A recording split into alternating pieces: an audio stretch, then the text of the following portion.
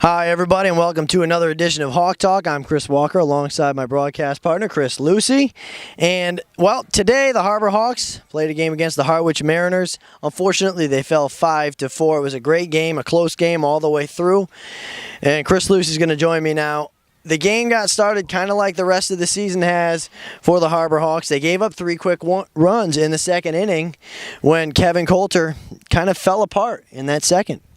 Yeah, it was just a tough outing for him right there. He stopped spotting up, and it was so discouraging to see that because he came off so strong in the beginning of the game, and the Harbor Hawks really needed a big performance out of their starting pitching today and just couldn't get it out of Coulter as he was batted around and just had to leave the game early.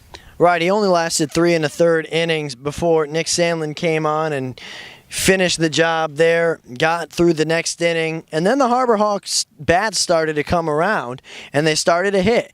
Guys like Ford Proctor, who was 3 for 4 today, one player of the game from us. You know, Proctor had one of those games where guys can rally around.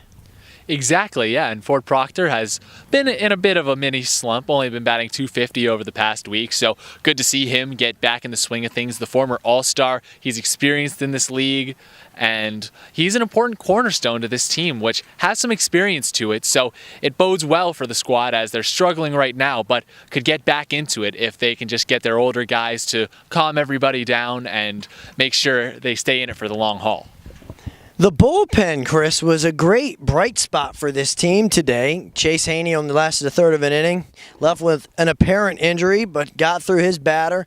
Sandlin was good, Christian Tripp was good, and then Tristan Barlow finally had a very good performance. He pitched 2 innings, 2 big innings with the Harbor Hawks only down by 1, and got through them without giving up a run. Yeah, that was huge from Barlow, just to get him under control, have him spot up, get his command right. That was very encouraging to see out of him. He's made progress since he had a very rough start to the season against the Commodores and a couple of rough outings after that. But it's gotten progressively better from him since. But the Harbor Hawks need even more out of him and the rest of the bullpen if they want to keep any hope alive of ending this 3-game losing streak.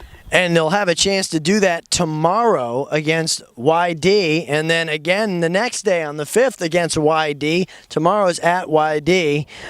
And they're a team that knows how to win games. They're one of the top teams in their division. What do the Harbor Hawks have to do tomorrow to reset?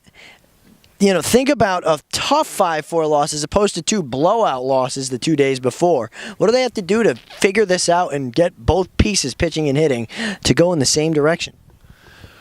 Well, it's tough to say what's going to be the final little spark that lights a fire under this team because we're coming down into the meat of the season now. We're not in the beginning anymore. The division is looking pretty stacked at the moment.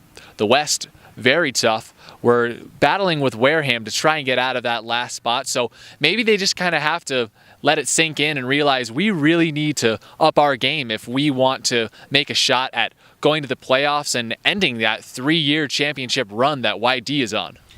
Again, like you said, Chris, the Harbor Hawks are last in the division. They are tied with now Harwich, who won today, for last in the Cape Cod Baseball League, and they'll certainly look to improve on their record of 7-11-1 tomorrow against YD and then again on Wednesday. Until then, again, the Harbor Hawks fall 5-4 to the Harwich Mariners today. For Chris Lucey, my broadcast partner, I'm Chris Walker, signing off until Wednesday. Have a good night, everybody.